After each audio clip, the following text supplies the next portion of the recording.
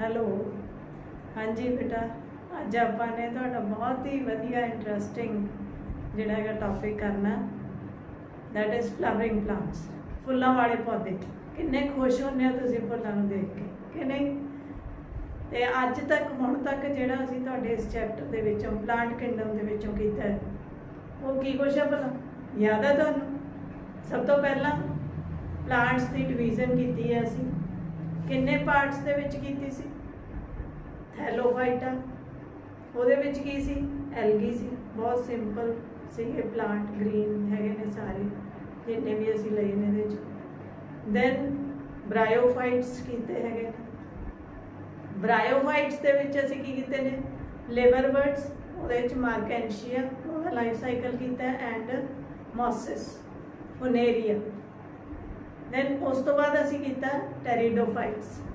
ਟੈਰੀਡੋਫਾਈਟਸ ਤੋਂ next gymnosperms, ਪਾਈਨਸ ਜਿਹੜੇ ਹੈਗੇ ਨੇ, ਕੋਨਸ, ਕੋਨੀਫਰਸ ਜਿਹੜੇ ਹੈਗੇ ਨੇ, ਉਹਨਾਂ ਦਾ ਲਾਈਫ ਸਾਈਕਲ ਅਸੀਂ ਕੀਤਾ ਹੈਗਾ। Now the last one, that is the flowering plant. ਇਹ ਸਾਰਿਆਂ ਤੋਂ ਜ਼ਿਆਦਾ ਹਾਈਲੀ ਇਵੋਲਵਡ, ਜਿਵੇਂ ਅੱਜ ਮਨੁੱਖ ਹੈਗਾ ਸਾਰਿਆਂ ਤੋਂ ਉੱਪਰ ਹੈ, ਇਸੇ ਤਰ੍ਹਾਂ ਹੀ ਪੌਦਿਆਂ ਦੇ ਵਿੱਚ ਸਾਰਿਆਂ ਤੋਂ ਉੱਪਰ ਜਿਹੜੇ ਹੈਗੇ ਨੇ ਅੱਜ ਚਾਰ ਚੁਫੇਰੇ ਫੈਲੇ ਹੋਏ ਨੇ ਪੂਰੀ ਧਰਤੀ ਦੇ ਉੱਤੇ ਸਾਨੂੰ ਜਿਹੜੇ ਦਿਸ ਰਹੇ ਨੇ। So these are the flowering plants, ਫੁੱਲਾਂ ਵਾਲੇ ਪੌਦੇ, ਐਂਜੀਓਸਪਰਮਸ ਕਹਿੰਦੇ ਅਸੀਂ ਇਹਨਾਂ ਨੂੰ। ਇਹਨਾਂ ਦੇ ਵਿੱਚੋਂ ਜਦੋਂ ਅਸੀਂ ਦੇਖਦੇ ਹਾਂ ਤਾਂ ਫੁੱਲ ਕਈ ਵਾਰੀ ਸਾਨੂੰ ਨਜ਼ਰ ਆਉਂਦੇ ਵੀ ਨੇ ਤੇ ਕਈ ਵਾਰੀ ਨਹੀਂ ਵੀ, ਸਾਨੂੰ ਜਿਹੜੇ ਬਹੁਤ ਹੀ ਛੋਟੇ। ਇਸੇ ਤਰ੍ਹਾਂ ਹੀ ਪਲਾਂਟਸ ਦੀ ਵੀ ਜੇ ਗੱਲ ਕਰੀਏ, ਉਹਨਾਂ ਦੇ ਸਾਈਜ਼ ਦੇ ਵਿੱਚ ਵੀ ਬਹੁਤ ਜ਼ਿਆਦਾ ਵਖਰੇਵਾ ਹੈ, ਬਹੁਤ ਵੱਡੀ ਰੇਂਜ ਹੈ ਇਹਨਾਂ ਦੀ। ਤਾਂ ਬਹੁਤ ਛੋਟੇ ਮਾਈਕਰੋਸਕੋਪਿਕ ਵੀ ਪਏ ਨੇ ਤੇ ਬਹੁਤ ਹੀ ਵੱਡੇ ਜਿਹੜੇ large huge size, more than 100 metres tall, ਜਿਵੇਂ ਸਫੈਦਾ ਹੈਗਾ, ਯੂਕੈਲਿਪਟਸ, ਇਸ ਤਰ੍ਹਾਂ ਦੇ ਵੀ ਪਏ ਨੇ। ਬਹੁਤ ਸੋਹਣੇ ਸਜਾਵਟੀ ਫੁੱਲ ਤੁਸੀਂ ਦੇਖਦੇ ਹੋ, ਮੰਦਰਾਂ 'ਚ ਚੜਾਉਂਦੇ ਹੋ, ਗੁਰਦੁਆਰਿਆਂ 'ਚ ਚੜਾਉਂਦੇ ਹੋ, ਅਸੀਂ ਆਪਣੇ ਘਰ ਦੇ ਵਿੱਚ ਡੈਕੋਰੇਸ਼ਨ ਵੀ ਕਰਦੇ ਹਾਂ। ਸੋ ਇਸ ਤਰ੍ਹਾਂ ਨਾਲ ਫੁੱਲ ਜਿਹੜੇ ਹੈਗੇ ਨੇ ਇੱਕ ਅਹਿਮ ਸਥਾਨ ਹੈ ਜਿਹੜਾ ਸਾਡੀ ਜ਼ਿੰਦਗੀ ਦੇ ਵਿੱਚ, ਸਾਡੇ ਸੱਭਿਆਚਾਰ ਦੇ ਵਿੱਚ, ਕਲਚਰ ਦੇ ਵਿੱਚ ਰੱਖਦੇ ਨੇ। ਇਹ ਪਲਾਂਟਸ ਜਿਹੜੇ ਹੈਗੇ ਨੇ ਦੇ ਕੇ ਬਸ ਫੂਡ, ਫੋਡਰ, ਫਿਊਅਲ। ਫੋਡਰ ਮੀਨਸ ਪਸ਼ੂਆਂ ਦਾ ਚਾਰਾ, ਫਿਊਅਲ ਬਾਲਣ, ਫਰਨੀਚਰ ਵਾਸਤੇ ਸਾਨੂੰ ਲੱਕੜ ਦਿੰਦੇ ਹੈਗੇ ਨੇ। ਸੋ ਹੋਰ ਪਤਾ ਨਹੀਂ ਕਿੰਨਾ ਕੁਝ, ਗਮਸ, ਰੇਜ਼ਨਸ, ਮੈਡੀਸਿਨਸ, ਤੁਲਸੀ ਹੈ, ਪੁਦੀਨਾ ਹੈ, ਇਹ ਹਲਦੀ ਹੈ, ਟਰਮੈਰਿਕ, ਜਿੰਜਰ ਹੈ। So all these R medicinal plants. ਨਾਲ ਦੇ ਨਾਲ ਫੂਡ ਵੀ ਹੈਗਾ ਸਾਡਾ ਇੱਕ ਹਿੱਸਾ। ਤਾਂ ਹੁਣ ਅਸੀਂ ਜਦੋਂ ਦੇਖਦੇ ਹਾਂ ਇਹਨਾਂ ਦੇ ਵਿੱਚ they are seed bearing plant. Seeds ਬਾਰੇ ਅਸੀਂ ਪਹਿਲੇ ਵੀ ਕਰ ਲਿਆ। ਸਪਰਮੈਟੋਫਾਈਟਾ ਦੇ ਵਿੱਚ ਦੋ ਆਉਂਦੇ ਨੇ, ਇੱਕ ਜਿਮਨੋਸਪਰਮਸ ਆਉਂਦੇ ਨੇ, ਇੱਕ ਐਂਜੀਓਸਪਰਮਸ। ਸਪਰਮਾ means seeds. ਸੋ ਉਹਨਾਂ ਦੇ ਵਿੱਚ ਅਸੀਂ ਕੀ ਦੇਖਿਆ ਸੀ ਵੀ ਇਸ ਤਰ੍ਹਾਂ ਪੱਤੇ ਦੇ ਉੱਤੇ ਹੀ ਜਿਹੜੇ ਦੋ ਸਿੱਧੇ ਪੱਤੇ ਦੇ ਉੱਪਰ ਹੀ ਦੋ ਬੀਜ ਨੇ ਜਿਹੜੇ ਉਹ ਪਏ ਹੁੰਦੇ ਨੇ। ਪਰ ਹੁਣ ਇਹਨਾਂ ਦੇ ਵਿੱਚ ਕੀ ਹੋਇਆ ਵੀ ਉਹ ਪੱਤੀ ਨੇ ਆਪਣੇ ਆਪ ਨੂੰ ਗੋਲ ਕਰ ਲਿਆ ਤੇ ਉਹਦੇ ਅੰਦਰ ਸੀਡ ਹੈ ਜਿਹੜਾ ਲੁਕਿਆ, ਇਸ ਤਰ੍ਹਾਂ ਬਿਲਕੁਲ ਬੰਦ, ਪ੍ਰੋਟੈਕਟਿਡ।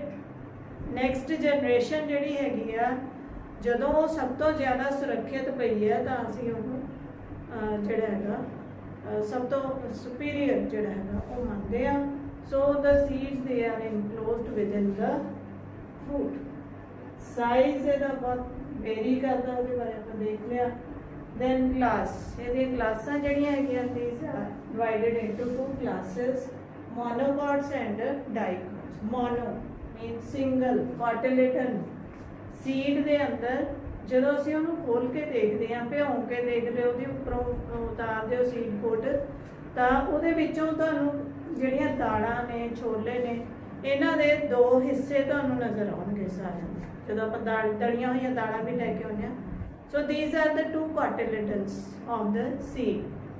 ਪਰ ਜਿਵੇਂ ਗ੍ਰੇਨਸ ਹੈਗੇ ਨੇ, ਦਾਣੇ, ਚੌਲ ਨੇ, ਮੱਕੀ ਹੈ, ਬਾਜਰਾ ਹੈ, ਸੋ ਇਹਨਾਂ ਦੇ ਵਿੱਚ ਕੀ ਹੈ ਵੀ ਇੱਕੋ ਹੀ ਸਿੰਗਲ ਜਾਂ ਘਾਹ ਹੈ, ਇਹਦੇ ਸੀਡ ਨੂੰ ਜੇ ਅਸੀਂ ਖੋਲੀਏ ਤਾਂ ਉਹ ਖੁੱਲਦਾ ਨਹੀਂ ਪਹਿਲੀ ਗੱਲ ਤੇ ਉਹਦੇ ਅੰਦਰ ਜਿਹੜਾ ਹੈਗਾ ਕਾਟਿਲੇਡਨ ਹੈ ਉਹ ਸਿੰਗਲ ਹੈ।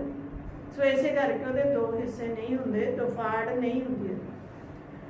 ਸੋ ਮੋਨੋਕੋਟਸ ਐਂਡ ਡਾਈਕੋਟਸ ਫਿਰ ਅਸੀਂ ਕਿਵੇਂ ਪਹਿਚਾਣਦੇ ਹਾਂ? ਜਿਹੜੇ ਮੋਨੋਕੋਟਸ ਹੈਗੇ ਨੇ ਉਹਨਾਂ ਦੇ ਲੀਵਸ ਜਿਹੜੇ ਹੈਗੇ ਨੇ ਦੇ ਹੈਵ ਪੈਰਲਲ ਵਿਨੇਸ਼ਨ, ਪੈਰਲਲ ਸਿੱਧੇ ਸਿੱਧੇ ਉਹਨਾਂ ਦੇ ਅੰਦਰ ਜਿਹੜੇ ਧਾਗੇ ਜੇ ਤੁਹਾਨੂੰ ਨਜ਼ਰ ਆਉਂਦੇ ਨੇ ਪੱਤਿਆਂ ਦੇ ਵਿੱਚ, ਵੇਨਸ ਨੇ ਜਿਹੜੀਆਂ, ਉਹ ਪੈਰਲਲ ਵਿਨੇਸ਼ਨ ਹੈਗੀ ਹੈ, ਜਦੋਂ ਕਿ ਡਾਈਕੋਟਸ ਦੇ ਵਿੱਚ ਰੈਟੀਕੂਲੇਟ ਵਿਨੇਸ਼ਨ ਹੈਗੀ ਹੈ। ਫਿਰ ਫਲਾਰ ਦੀ ਜਦੋਂ ਅਸੀਂ ਗੱਲ ਕਰਦੇ ਹਾਂ ਤਾਂ ਫਲਾਰਸ ਦੇ ਵਿੱਚ ਡਿਫਰੈਂਸ ਜਿਹੜਾ ਹੈਗਾ ਉਹ ਟ੍ਰਾਈਮੇਰਸ ਹੈਗੇ ਨੇ, ਇਹਦੇ ਵਿੱਚ ਪੈਂਟਾਮੇਰਸ ਔਰ tetramerous. Penta means they are multiple of 4 ਔਰ 5 ਪੈਂਟਾ 4 ਟੈਟਰਾ। ਸੋ ਜਾਂ ਤਾਂ 4 ਦੇ 4 ਹੋਣਗੇ ਜਾਂ 4 ਦੇ ਮਲਟੀਪਲ ਹੋਣਗੇ, 5 ਹੋਣਗੇ ਜਾਂ 5 ਦੇ ਮਲਟੀਪਲ ਹੋਣਗੇ ਡਾਈਕੋਟਸ ਦੇ ਵਿੱਚ। ਸੋ ਦੋ ਕਾਟਿਲੇਡਨਸ ਨੇ, ਸਿੰਗਲ ਕਾਟਿਲੇਡਨ ਹੈ ਉਧਰ, ਸਿੰਗਲ ਕਾਟਿਲੇਡਨ ਨੂੰ ਸਕੂਟੈਲਮ ਕਹਿੰਦੇ ਹੈਗੇ ਨੇ। ਬਾਕੀ ਜਿਹੜਾ ਫਰੂਟ ਵਾਲ ਹੈਗੀ ਹੈ that is fused with the seed coat, ਇਹ ਹੈ ਮੋਨੋਕੋਟਸ ਦੇ ਵਿੱਚ, ਕਿਉਂਕਿ ਜਦੋਂ ਅਸੀਂ ਉਹਦਾ ਛਿਲਕਾ ਉਤਾਰਨਾ ਚਾਹੁੰਦੇ ਹਾਂ ਉਹ ਸਾਡੇ ਤੋਂ ਈਜ਼ੀਲੀ ਉਤਰਦਾ ਨਹੀਂ ਹੈ। ਅਸਲ ਦੇ ਵਿੱਚ ਜਿਹੜਾ ਕਣਕ ਦਾ ਦਾਣਾ ਹੈਗਾ ਉਹ ਸੀਡ ਨਹੀਂ ਹੈਗਾ, that is a fruit, ਉਹ ਪੂਰਾ ਫਰੂਟ ਹੀ ਹੈ। ਉਹਦੀ ਓਵਰੀ ਹੈ, ਜਿਹੜੀ ਓਵਰੀ ਦੀ ਵਾਲ ਹੈਗੀ ਹੈ ਉਹ ਫਿਊਜ਼ਡ ਵਿਦ ਦ ਸੀਡ ਕੋਟ। ਸੋ ਇਹ ਇਹਦੇ ਵਿੱਚ ਡਿਫਰੈਂਸਿਸ ਹੈਗੇ ਨੇ ਬੇਟਾ। ਹੁਣ ਅਸੀਂ ਜਦੋਂ ਫਲਾਰ ਦਾ ਦੇਖਦੇ ਹੈਗੇ ਹਾਂ, ਇਹ ਟਿਪੀਕਲ ਬਾਈਸੈਕਸ਼ੂਅਲ ਫਲਾਰ ਹੈਗਾ, ਡਾਈਕੋਟ, ਡੰਡੀ ਹੈ, ਪੈਡੀਸਲ ਹੈਗਾ। ਤਾਂ ਇਹਦੇ 'ਚ 4 ਵਰਲਸ ਹੁੰਦੀਆਂ ਨੇ, ਘੇਰੇ ਹੁੰਦੇ ਨੇ, ਸਾਰਿਆਂ ਤੋਂ ਬਾਹਰਲਾ ਘੇਰਾ ਜਿਹੜਾ ਉਹ ਗ੍ਰੀਨ ਪੱਤੀਆਂ ਵਰਗੀਆਂ ਰਚਨਾਵਾਂ ਹੁੰਦੀਆਂ ਜਿਨ੍ਹਾਂ ਇੱਕ ਸਿੰਗਲ ਹੈ, ਸੈਪਲ ਕਹਿੰਦੇ ਹੈਗੇ। ਤੇ ਸਾਰਾ ਘੇਰਾ, ਸਾਰੇ ਕਿੰਨੇ ਹੈਗੇ ਨੇ ਉਹਨਾਂ ਨੂੰ ਸਾਰੇ ਇਕੱਠਿਆਂ ਮਿਲਾ ਕੇ ਅਸੀਂ ਕੇਲਿਕਸ ਕਹਿੰਦੇ ਹੈਗੇ ਆ। ਸੋ ਇੱਥੇ ਇਹ ਪ੍ਰੋਟੈਕਟ ਕਰਦੇ ਨੇ ਇਨ ਦ ਯੰਗ ਕੰਡੀਸ਼ਨ, ਵੱਡ ਦੇ ਵਿੱਚ ਜਦੋਂ ਹੁੰਦਾ ਬਹੁਤ ਛੋਟਾ ਹੁੰਦਾ ਫੁੱਲ। ਉਸ ਤੋਂ ਅੱਗੇ ਨੈਕਸਟ ਕਲਰਡ ਜਿਹੜੇ ਹੈਗੀਆਂ ਨੇ, ਰੰਗਦਾਰ ਬੜੇ ਸੋਹਣੇ ਸੋਹੋ ਜਿਹੇ ਜਿਹੜਾ ਦਿੰਦੇ ਹੈਗੇ ਨੇ ਫੁੱਲ ਨੂੰ, ਦੇ attract the pollinators towards its for pollination। ਤੇ ਇਹਨੂੰ ਅਸੀਂ ਪੈਟਲ ਕਹਿੰਦੇ ਹਾਂ ਇੱਕ ਸਿੰਗਲ ਨੂੰ, ਤੇ ਜਿਹੜਾ ਪੂਰਾ ਘੇਰਾ ਹੈਗਾ ਉਹਨੂੰ ਅਸੀਂ ਕਰੋਲਾ ਬੋਲਿਆ ਜਾਂਦਾ। ਦੈਨ ਫਿਰ ਇਹਦੇ ਵਿੱਚ ਸੈਕਸ਼ੂਅਲ ਪਾਰਟਸ ਆ ਗਏ।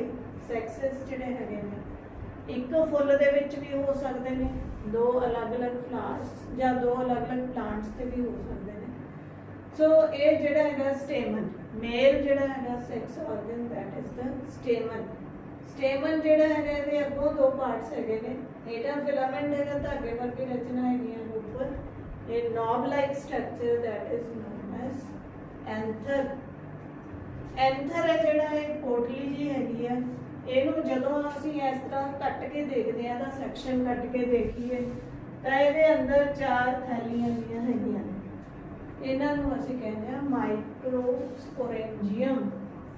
ਮਾਈਕਰੋਸਪੋਰ ਇਹਦੇ ਅੰਦਰ ਪਲਦਾ, ਮਾਈਕਰੋ ਮੀਨਸ ਛੋਟਾ, ਦੋਨਾਂ ਦਾ ਜਦੋਂ ਕੰਪੈਰੀਜ਼ਨ ਕਰਦੇ ਹਾਂ, ਇੱਕ ਨੂੰ ਮਾਈਕਰੋ ਕਹਿੰਦੇ, ਦੂਜੇ ਨੂੰ ਮੈਗਾ। ਸੋ ਇਹਦੇ ਚੋਂ ਮਾਈਕਰੋ ਛੋਟਾ ਜਿਹੜਾ ਮੇਲ ਗੈਮੀਟ ਹੁੰਦਾ ਉਹ ਜਾਂ ਸਪੋਰ ਹੁੰਦਾ ਉਹ ਹੌਲਾ ਹੁੰਦਾ, ਉਹਨੇ ਟ੍ਰਾਂਸਫਰ ਹੋ ਕੇ ਜਾਣਾ ਹੁੰਦਾ ਇੱਕ ਥਾਂ ਤੋਂ ਦੂਸਰੀ ਜਗ੍ਹਾ। ਸੋ ਨੈਕਸਟ ਜਿਹੜਾ ਸਭ ਤੋਂ ਸੈਂਟਰ ਦੇ ਵਿੱਚ ਪਿਆ, that is the female part of the flower, ਇਹਨੂੰ ਆਪਾਂ ਕਹਿੰਦੇ ਹੈਗੇ ਆ, ਇਹਨੂੰ ਐਂਡਰੋਸ਼ੀਅਮ ਕਹਿੰਦੇ ਆ। ਸਾਰਾ ਮੇਲ ਪਾਰਟ ਜਿੰਨਾ ਵੀ ਫੁੱਲ ਦਾ ਹੈਗਾ that is known as androecium, and the all female part that is known as gynoecium. Gynoecium centre ਦੇ ਵਿੱਚ ਪਿਆ, ਇੱਕ ਵੀ ਹੋ ਸਕਦੀਆਂ ਇਹ ਕਾਰਪਲ ਜਾਂ ਪਿਸਟਲ, ਜੇ ਤਾਂ ਫਿਊਜ਼ਡ ਫਾਰਮ ਦੇ ਵਿੱਚ ਨੇ ਕਾਰਪਲਸ ਕਹਿੰਦੇ ਆ, ਜੇ ਫ੍ਰੀ ਪਈਆਂ ਨੇ ਤਾਂ ਪਿਸਟਲ। ਤਾਂ ਹੁਣ ਇਹਦੇ ਜਦੋਂ ਪਾਰਟਸ ਦੇਖਦੇ ਹਾਂ ਅਸੀਂ, ਪਹਿਲਾਂ ਹੁਣ ਤੱਕ ਜਿਹੜਾ ਤੁਸੀਂ ਦੇਖਿਆ ਉਹ ਆਰਕੀਗੋਨੀਆ ਸੀਗਾ, ਪਰ ਹੁਣ ਪਹਿਲੀ ਵਾਰੀ ਹੋਇਆ ਕਿ ਕਾਰਪਲ ਬਣੀ ਹੈ ਜਾਂ ਪਿਸਟਲ ਬਣੀ ਹੈ। ਪਿਸਟਲ ਦੇ ਵਿੱਚ ਕੀ ਫਰਕ ਹੈ? ਉਹਦੇ ਸਟਿਗਮਾ ਤੇ ਸਟਾਈਲ ਨਹੀਂ ਸੀ, ਉਂਝੇ ਸੈੱਲ ਸੀਗੇ ਜਿਨ੍ਹਾਂ ਨੇ ਐਗ ਨੂੰ ਪ੍ਰੋਟੈਕਟ ਕੀਤਾ ਹੋਇਆ ਸੀ।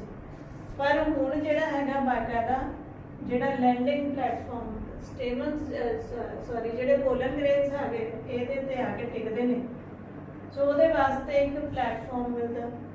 ਸੈਕੰਡਲੀ ਇਹ ਉਹਨਾਂ ਨੂੰ ਪਹਿਚਾਣਦਾ, ਕੁਝ ਇਹਦੇ ਕੋਲ ਪ੍ਰੋਟੀਨਸ ਹੁੰਦੇ ਨੇ ਤੇ ਸਟੇਮਨਸ ਨੂੰ ਆਪਣੀ ਸਪੀਸ਼ੀਜ਼ ਦੇ ਸਟੇਮਨਸ ਨੂੰ ਪਹਿਚਾਣਦੇ ਨੇ, ਉਹਨੂੰ ਕੰਪੈਟੀਬਿਲਿਟੀ ਕਹਿੰਦੇ ਆ। ਸੋ ਇਹਨਾਂ ਦਾ ਵੀ ਕਾਫੀ ਕੰਮ ਹੈ। ਫਿਰ ਇਹ ਜਿਹੜਾ ਸਟਾਈਲ ਹੈ ਇਹ ਸਟਿਗਮੇ ਤੇ ਓਵਰੀ ਨੂੰ ਜੋੜਦਾ। ਸਾਰਿਆਂ ਤੋਂ ਹੇਠਲਾ basal swollen part that is known as ovary. Ovary it bears ovule, ਦੇਖੋ ਕਿੰਨਾ ਵਧੀਆ ਢੰਗ ਦੇ ਨਾਲ ਬਣਾਇਆ ਹੋਇਆ। ਓਵਿਊਲ ਹੈ ਜਿਹੜਾ, ਉਹਦੇ ਪਾਰਟਸ ਦੇਖ ਲਓ ਬੇਟਾ। ਓਵਿਊਲ ਦੇ ਜਿਹੜੇ ਪਾਰਟਸ ਹੈਗੇ ਨੇ ਇਹ ਓਵਿਊਲ ਹੈ ਜਿਹੜਾ, ਇਹਦੇ ਅੰਦਰ ਐਮਬ੍ਰੀਓ ਸੈਕ ਪਿਆ। ਐਮਬ੍ਰੀਓ ਸੈਕ ਦੇ ਕੋਲੇ ਹੈਗਾ ਐਗ, ਐਮਬ੍ਰੀਓ ਸੈਕ। ਐਮਬ੍ਰੀਓ ਸੈਕ ਦੇ ਦੁਆਲੇ ਹੁੰਦਾ ਨਿਊਸੈਲਸ। ਨਿਊਸੈਲਸ ਹੁੰਦਾ ਫੀਮੇਲ ਗੈਮੀਟੋਫਾਈਟ ਜਿਹੜਾ ਕਿ ਇਹਨੂੰ ਖੁਰਾਕ ਦੇ ਰਿਹਾ, ਖੁਰਾਕ ਪ੍ਰੋਵਾਈਡ ਕਰਦਾ। ਤੇ ਉਹਦੇ ਦੁਆਲੇ ਕਵਰਿੰਗਸ ਹੁੰਦੀਆਂ ਨੇ, ਜਿਵੇਂ ਛੱਲੀ ਦੇ ਉੱਤੇ ਕਵਰ ਹੁੰਦੇ ਨੇ ਚੜੇ ਹੋਏ, ਬਿਲਕੁਲ ਉਵੇਂ ਹੀ ਉਹਦੇ ਉੱਤੇ ਕਵਰ ਹੁੰਦੇ ਨੇ। ਤੇ ਇੱਕ ਜਗ੍ਹਾ ਤੋਂ ਇਹ ਕਵਰਿੰਗ ਨਹੀਂ ਹੁੰਦੀ। ਤੇ ਆ ਜਿਹੜੀ ਡੰਡੀ ਹੈਗੀ ਇਹਨੂੰ ਆਪਾਂ ਫਿਊਨੀਕੁਲਸ ਕਹਿੰਦੇ ਆ। ਤੇ ਆ ਜਿੱਥੇ ਕਵਰਿੰਗ ਨਹੀਂ ਹੈਗੀ ਦਿਸ ਸਪੋਰ ਇਜ਼ ਨੋਨ ਐਜ਼ ਮਾਈਕਰੋਪਾਈਲ। ਤੇ ਜਿੱਥੋਂ ਇਹ ਕਵਰਿੰਗਸ ਉੱਗਦੀਆਂ ਨੇ ਉਹ ਪੁਆਇੰਟ ਨੂੰ ਕਹਿੰਦੇ ਆ ਕੈਲੇਜ਼ਾ।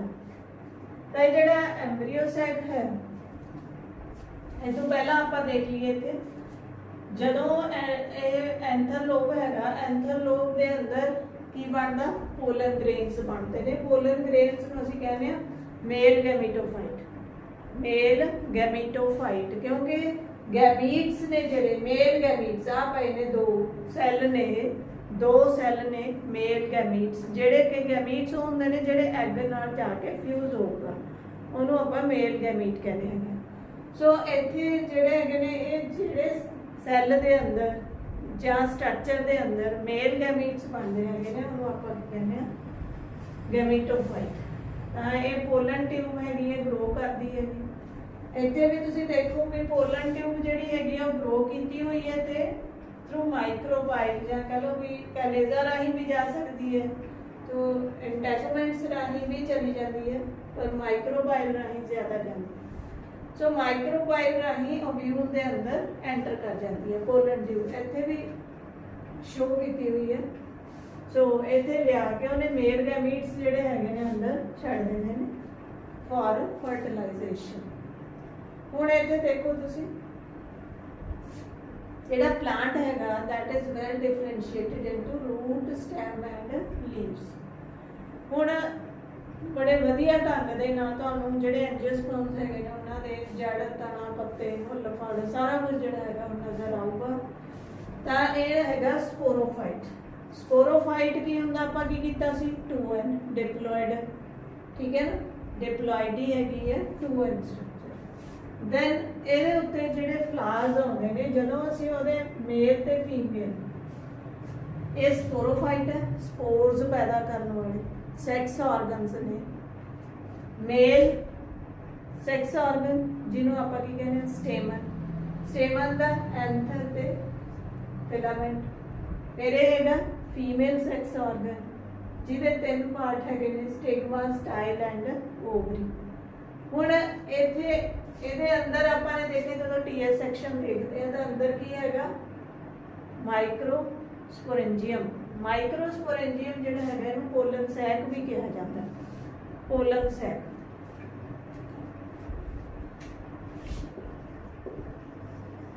ਪੋਲਨ ਸੈਕ,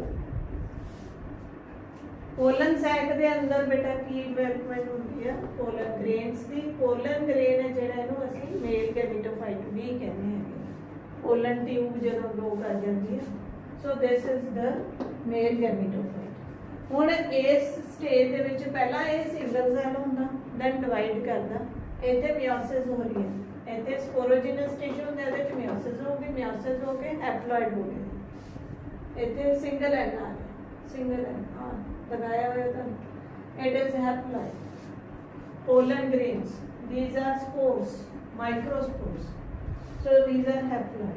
फिर है मेल ਜਿਹੜੇ ਹੈਗੇ ਨੇ haploid पे डिवाइड करते हैं थ्रू माइटोसिस।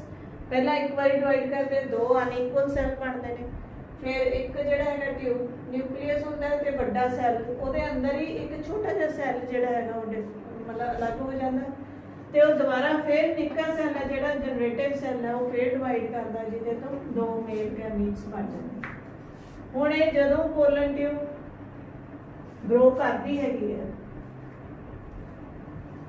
ਤਾਂ ਇੱਥੇ देखो ਐਮਬਰੀਓ ਸੈਕ ਤੇ ਲਿਆ ਕੇ ਇਹਨੇ ਮੇਲ ਗੈਮੀਟਸ ਛੱਡ ਦੇਣੇ ਨੇ ਹੁਣ ਇਹਦੇ ਐਮਬਰੀਓ ਸੈਕ ਕੋਲੇ ਕੀ ਕੁਛ ਹੈ ਐਮਬਰੀਓ ਸੈਕ ਪਹਿਲਾਂ ਇੱਥੇ ਮਿਓਸਿਸ ਹੋਈ ਹੈ ਮਿਓਸਿਸ ਦੇ ਨਾਲ 4 ਹੈਪਲੋਇਡ ਸੈੱਲ ਬਣੇ ਨੇ 3 ਡੀਜਨਰੇਟ ਕਰ ਜਾਣਗੇ ਐਂਡ ਓਨਲੀ 1 ਇਜ਼ ਫੰਕਸ਼ਨਲ ਆ ਜਿਹੜਾ ਇੱਕ ਸਿੰਗਲ ਫੰਕਸ਼ਨਲ ਹੈਗਾ ਫਿਰ ਇਹਦੇ ਚ ਮਾਈਟੋਸਿਸ ਹੋਊਗੀ 3 ਵਾਰੀ ਦੇਖੋ ਇੱਕ ਵਾਰੀ ਹੋਈ 2 ਸੈੱਲ ਬਣੇ ਦੂਜੀ ਵਾਰੀ ਹੋਈ 4 ਬਣ ਗਏ ਤੀਸਰੀ ਵਾਰੀ ਹੋਈ ਤੇ 8 ਨਿਊਕਲੀਆਈ 8 ਬਣ ਗਏ ਇੱਥੇ ਤੁਸੀਂ ਦੇਖੋ ਇੱਥੇ ਨਿਊਕਲੀਆਈ 8 ਨੇ ਪਰ ਜਿਹੜੇ ਸੈੱਲ ਹੈਗੇ ਨੇ ਉਹ 7 ਹੀ ਨੇ ਤਿੰਨ ਇੱਕ ਪਾਸੇ ਨੇ ਤਿੰਨ ਇੱਕ ਪਾਸੇ ਨੇ ਦਾ ਸੈਂਟਰ 'ਚ ਇੱਕੋ ਹੀ ਸੈੱਲ ਹੈ ਪਰ ਨਿਊਕਲੀਆਈ 2 ਨੇ ਉਹਦੇ ਕੋਲ ਸੋ ਇਹਨੂੰ ਅਸੀਂ ਪੋਲਰ ਨਿਊਕਲੀਆਈ ਬੋਲਦੇ ਹਾਂ ਇਹਦੇ ਇੱਧਰ ਐਗਰੇਟਸ ਹੈਗਾ ਮਾਈਕਰੋਬਾਇਲ ਵੱਲ ਨੂੰ ਤੇ 2 ਸਿਨਰਜਿਕ ਪਏ ਨੇ ਇੱਧਰ ਐਂਟੀਪੋਡਲ ਸੈਲਸ ਹੈਗੇ ਨੇ ਤਾਂ ਜਦੋਂ ਇੱਥੇ ਪੋਲਨ ਟਿਊਬ ਆ ਕੇ ਐਂਟਰ ਕਰਦੀ ਹੈ ਤਾਂ 2 ਮੇਲ ਗੈਮੀਟਸ ਜਿਹੜੇ ਹੈਗੇ ਨੇ ਉਹ ਰਿਲੀਜ਼ ਕਰ ਦਿੱਤੇ ਜਾਂਦੇ ਨੇ they are discharged in the embryo ਸੈਕ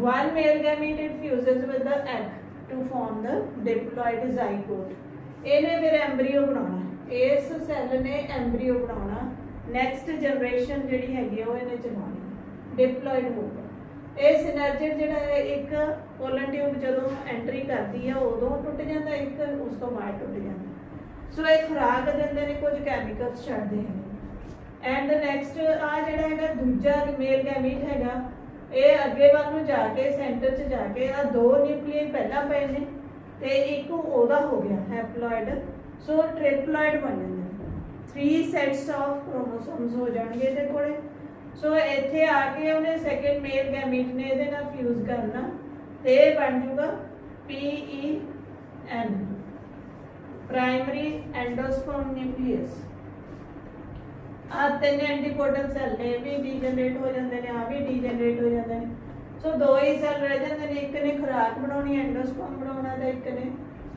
ਜਿਹੜਾ ਹੈਗਾ ਐਮਬਰੀਓ ਬਣਾਉਣਾ ਸੋ ਇਹ ਜ਼ਾਈਗੋਟ ਬਣ ਗਿਆ ਜ਼ਾਈਗੋਟ ਤੋਂ ਐਮਬਰੀਓ ਬਣ ਗਿਆ ਐਮਬਰੀਓ ਤੋਂ it will develop into a new plant that is sporophyte so ਇਸ ਤਰ੍ਹਾਂ ਨਾਲ ਇਹ ਜਿਹੜਾ ਹੈਗਾ ਬੇਟਾ ਜਿਹੜਾ ਆ ਦੇਖੋ ਓਵਿਊਲ ਹੈ ਓਵਿਊਲ will mature into a seed ਇਹ ਯਾਦ ਰੱਖਿਓ ਆ ਜਿਹੜਾ ਓਵਿਊਲ ਹੈ ਓਵਿਊਲ will mature into a seed ਤੇ ਜਿਹੜੀ ਆ ਓਵਰੀ ਦੀ ਵਾਲ ਹੈਗੀ ਹੈ it will form a fruit ball ਠੀਕ ਹੈ ਨਾ ਇਹ ਫਰੂਟ ਬਣ ਜਾਣਾ ਤੇ ਅੰਦਰ ਇਹਦੇ ਬੀਜ ਜਿਹੜੇ ਹੈਗੇ ਨੇ ਆ ਬਾਕੀ ਸਾਰੇ ਜਿਹੜੇ ਹੈਗੇ ਨੇ ਆਫਟਰ ਫਰਟੀਲਾਈਜੇਸ਼ਨ ਇਹ ਖਤਮ ਹੋ ਜਾਣਗੇ ਆ ਜਿਹੜੇ ਐਂਥਰ ਹੈਗੇ ਨੇ ਇਹਨਾਂ ਦੇ ਵਿੱਚ ਪੋਲਨਸ ਬਣਨਗੇ ਉਹਨਾਂ ਪੋਲਨਸ ਨੂੰ ਸਟਿਗਮੇ ਤੱਕ ਕੋਈ ਨਾ ਕੋਈ ਪਹੁੰਚਾਊਗਾ ਆਪਣੇ ਆਪ ਨਹੀਂ ਜਾ ਸਕਦੇ ਹੈਗੇ ਸੋ ਇਹਨਾਂ ਨੂੰ ਪਹੁੰਚਾਉਣ ਵਾਸਤੇ ਜਾਂ ਤਾਂ ਹਵਾ ਹੋਊਗੀ ਪਾਣੀ ਹੋਊਗਾ ਜਾਂ ਫਿਰ ਕੋਈ ਲਿਵਿੰਗ ਬੀਨਸ ਕੋਈ ਵੀ ਹੋ ਸਕਦੇ ਨੇ ਇਹਨਾਂ ਚੋਂ ਕੀੜੇ ਸਭ ਤੋਂ ਜ਼ਿਆਦਾ ਕਰਦੇ ਨੇ pollination and the process it is known as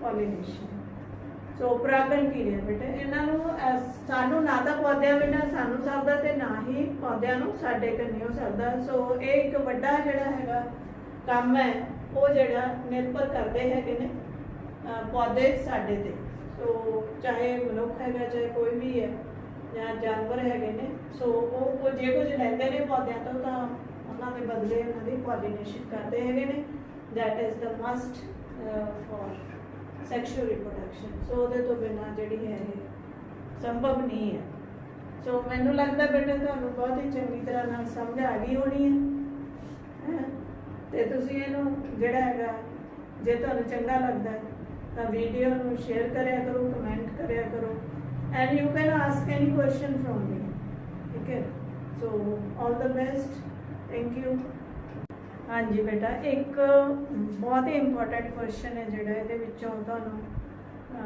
after 12th ਜਿਹੜਾ ਹੈਗਾ ਹੁੰਦਾ ਹੈਗਾ 12ਵੀਂ ਦੇ ਵਿੱਚ ਵੀ ਪੁੱਛਿਆ ਜਾ ਸਕਦਾ ਤੇ ਨੀਟ ਦੇ ਵਿੱਚ ਵੀ ਪੁੱਛਿਆ ਜਾ ਸਕਦਾ that is triple fusion and double fertilization ਹੁਣ ਡਬਲ ਫਰਟੀਲਾਈਜੇਸ਼ਨ ਕੀ ਹੈ ਬੇਟਾ ਜਿਵੇਂ ਤੁਹਾਨੂੰ ਦੱਸਿਆ ਵੀ ਇੱਕ ਜਿਹੜਾ ਹੈਗਾ one male gamete it fuses with the zygote to form a diploid structure ठीक है।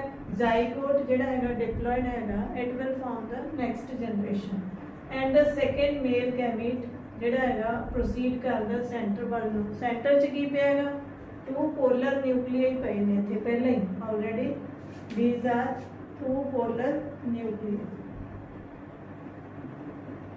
two polar nuclei। ਇੱਕ ਨੂੰ nucleus ਕਹਿੰਦੇ ਆ, ਸਿੰਗਲ ਨਿਊਕਲੀਅਸ, ਜੇ ਇੱਕ ਤੋਂ ਜ਼ਿਆਦਾ ਨੇ ਤਾਂ ਨਿਊਕਲੀਆਈ ਕਹਿੰਦੇ ਆ। ਤੁਸੀਂ ਨਵੇਂ ਬੱਚੇ ਹੋ ਤਾਂ ਕਰਕੇ। ਸੋ ਜਿਹੜਾ ਸੈਕਿੰਡ ਮੇਲ ਗੈਮੀਟ ਹੈਗਾ, ਇਹ ਪਹਿਲਾਂ ਹੀ ਦੋ ਹੈਪਲੋਇਡ ਪਏ ਨੇ, ਸਿੰਗਲ ਸੈੱਟ ਹੈਗਾ, ਸਾਰੇ ਹੈਪਲੋਇਡ ਸੈੱਲ ਨੇ ਇਹਦੇ 'ਚ। ਜਿਹੜਾ ਐਮਬਰੀਓ ਸੈਕ ਹੈਗਾ ਉਹਦੇ 'ਚ ਸਾਰੇ ਜਿਹੜੇ ਸੈੱਲ ਸੀਗੇ 7 ਦੇ 7 ਸੈੱਲ ਨੇ, ਜਿਹੜੇ 3 ਇੱਧਰ ਪਏ ਨੇ, 3 ਇੱਧਰ, ਇੱਕ ਸੈਂਟਰ 'ਚ ਹੈ, पर न्यूक्लियाई 8 ने, 7 सेल्ड एंड 8 न्यूक्लिएटेड स्ट्रक्चर हैगी है। तो ये जेडे हैप्लॉइड दो पोलर न्यूक्लियाई ने ते एक male gamete, that is also haploid. All the three they fuse to form a PEN, primary endosperm nucleus. हुण इत्थे देखो तुसी दो मेल गैमीट्स दो अलग-अलग चीज़ां दे नाल जाके फ्यूज होए ने। So this is double fertilisation in the same structure embryo sac। ਇੱਕੋ ਹੀ ਐਮਬਰੀਓ ਸੈਕ ਦੇ ਵਿੱਚ ਦੋ ਵਾਰੀ ਫਿਊਜ਼ਨ ਹੋ ਰਹੀ ਹੈ, ਇੱਕ ਮੇਲ ਗੈਮੀਟ ਦੀ ਇਹਦੇ ਨਾਲ ਹੋ ਰਹੀ ਹੈ ਜ਼ਾਈਗੋਟ ਬਣਾਉਣ ਵਾਸਤੇ, ਇੱਕ ਦੀ ਇਹਨਾਂ ਨਾਲ ਪੋਲਰ ਨਿਊਕਲੀਆਈ ਨਾਲ ਹੋ ਰਹੀ ਹੈ।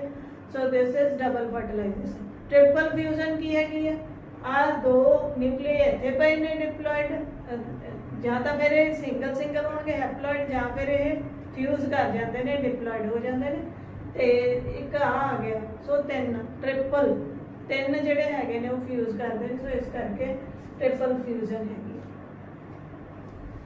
ਇਹਦੇ 'ਚ double fertilisation and triple fusion, that is very important question for you.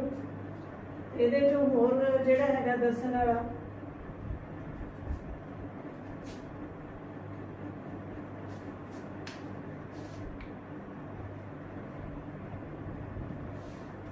I think okay beta।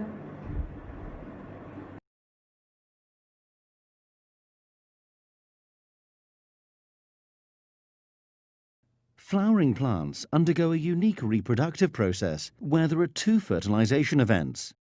This double fertilization event occurs between the male reproductive organ, the male gametophyte, and the female reproductive organ, the female gametophyte. Before the fertilization event can occur, the ovule has to undergo some changes. At present, the ovule contains one reproductive cell, known as the megaspore or mother cell. This cell is diploid and undergoes meiosis, producing 4 haploid megaspores. In the majority of species, 3 of these megaspores degenerate, leaving only one surviving megaspore. This surviving megaspore expands and undergoes 3 rounds of mitosis to produce 8 haploid nuclei.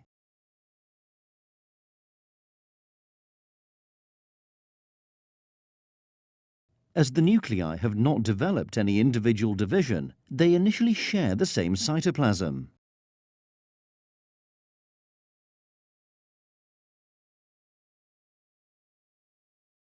This complete structure is known as the embryo sac.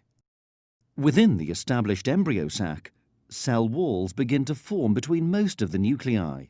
3 cells named antipodal cells form opposite the opening of the ovule, known as the micropyle. Another 3 cells form above the micropyle. 2 of these are synogids, and the other is the egg cell. This leaves 2 nuclei in the center of the ovule. These central nuclei remain together in one large cell. It is the egg cell and this central nucleate cell which will eventually become part of the double fertilization event. In order for the double fertilization event to occur, the male gametes, the sperm, must travel from the anther to the embryo sac within the female reproductive organ. The pollen grain contains 2 main cells. A cell named the tube cell makes up the bulk of the pollen grain, and the sperm cell, which at this stage is known as the generative cell. To reach the embryo sac, a pollen grain must land on the stigma.